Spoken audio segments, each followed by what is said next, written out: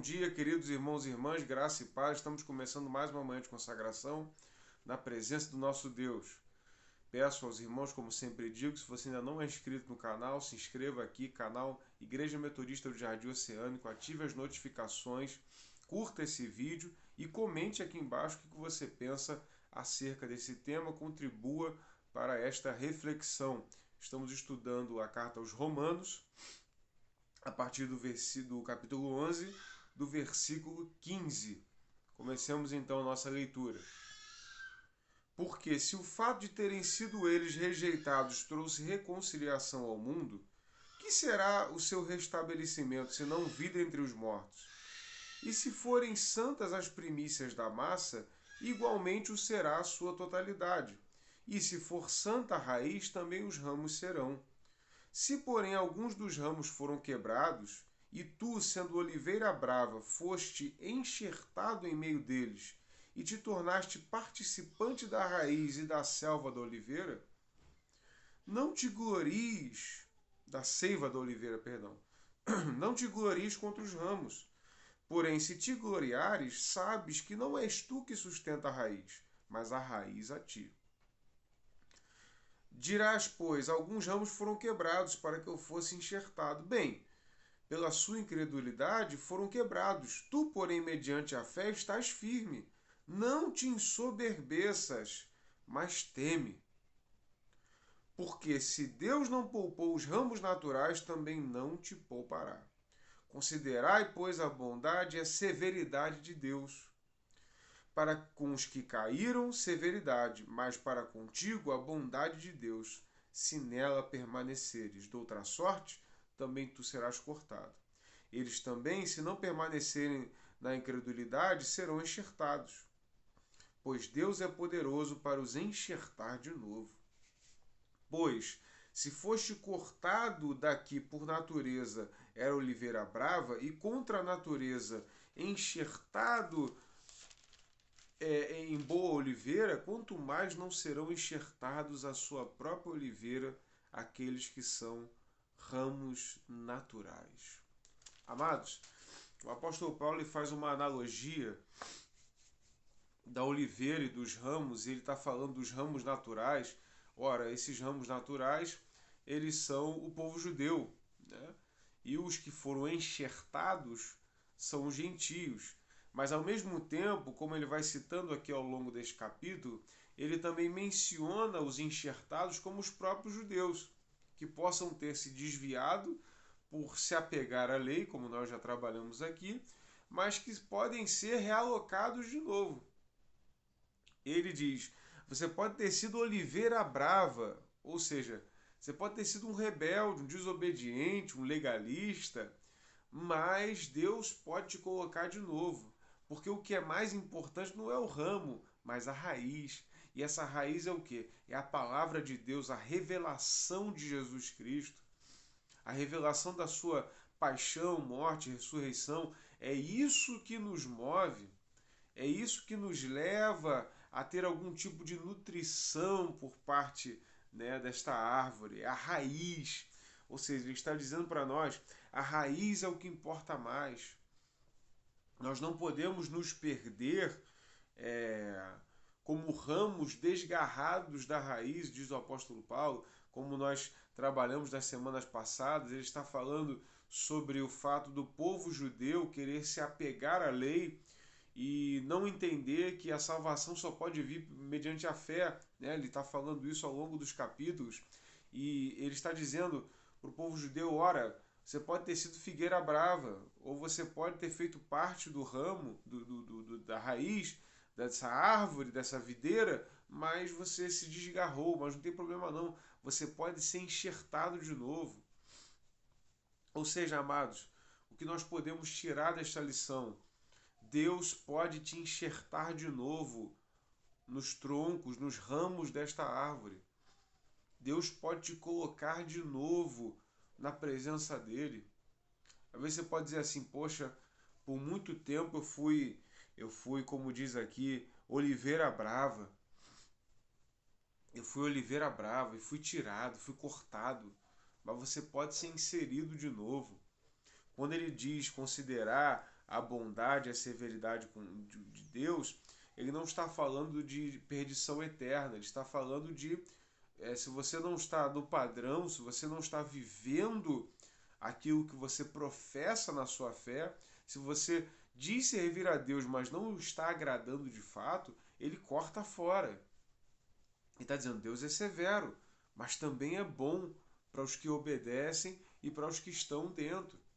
E vale lembrar, irmãos, como eu já falei algumas semanas atrás, ou talvez até alguns meses atrás, que a gente costuma, na sociedade que nós vivemos hoje, século XXI, né?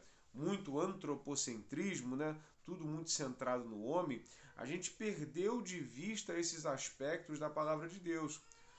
Tudo que a gente cita como castigo, como perdição eterna, quando a gente fala de inferno, quando a gente fala de severidade de Deus, quando a gente fala de repreensão, quando a gente fala de vida em santidade, quando a gente fala de padrão moral, a primeira posição do povo é dizer assim, não, pastor, tem que tomar cuidado.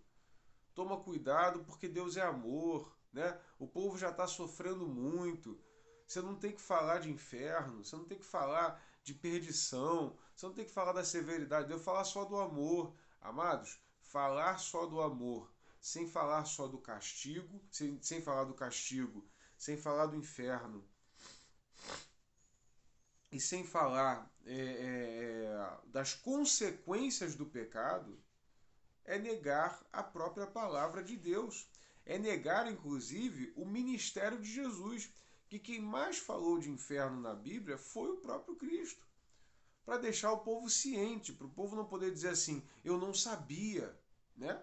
O povo não vai poder dizer, eu não sabia. Não, sabia, porque o próprio Messias, o Cristo, avisou e confirmou aquilo que já estava escrito na Escritura. E em Apocalipse nós vemos o cumprimento disso através da revelação de João, né? Um escrito que foi dado depois, né? João morreu como escravo na ilha de Patmos, os historiadores contam, e esse relato se dá aí.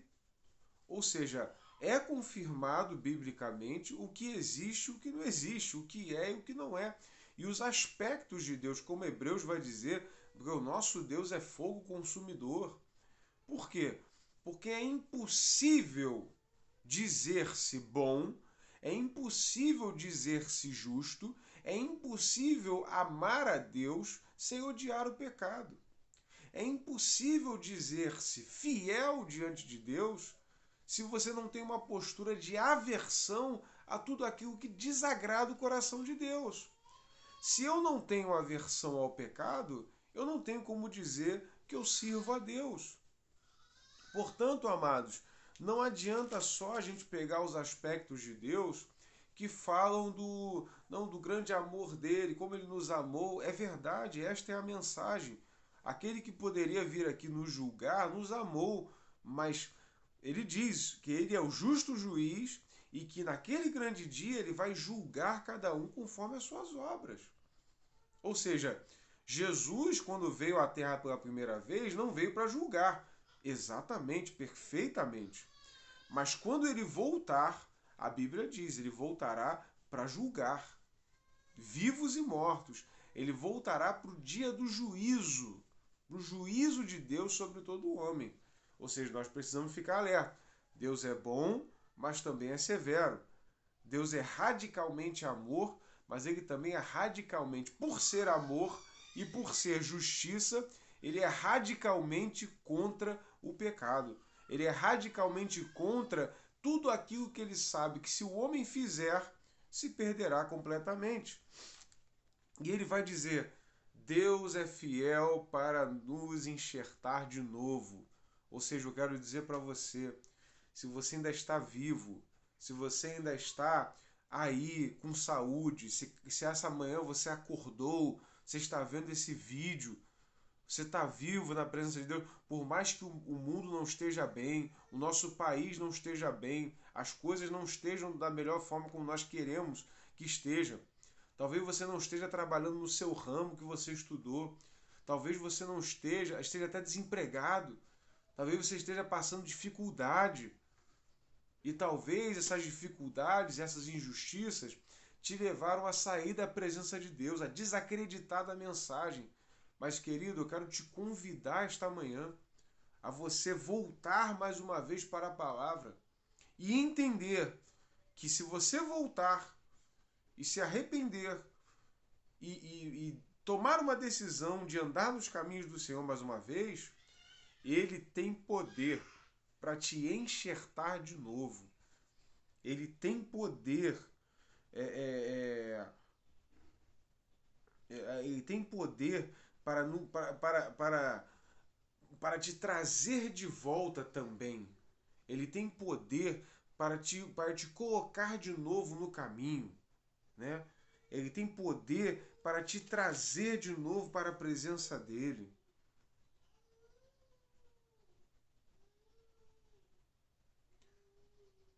Sabe? Então, nós precisamos entender essa mensagem que Deus ele pode nos trazer de volta. Não importa em qual abismo nós nos encontremos, não existe nenhum abismo tão profundo aonde o Senhor não possa te achar. Não existe buraco da alma tão profundo, tão imenso. Não existe tristeza, não existe luto, não existe ansiedade, não existe depressão tão profunda aonde Deus não possa te alcançar. Portanto, meu querido, essa é a sua oportunidade de voltar para os caminhos do Senhor. E se você já está nos caminhos do Senhor, se apegue ainda mais a essa palavra. Pegue esses estudos que nós estamos fazendo aqui da Carta aos Romanos, veja-os.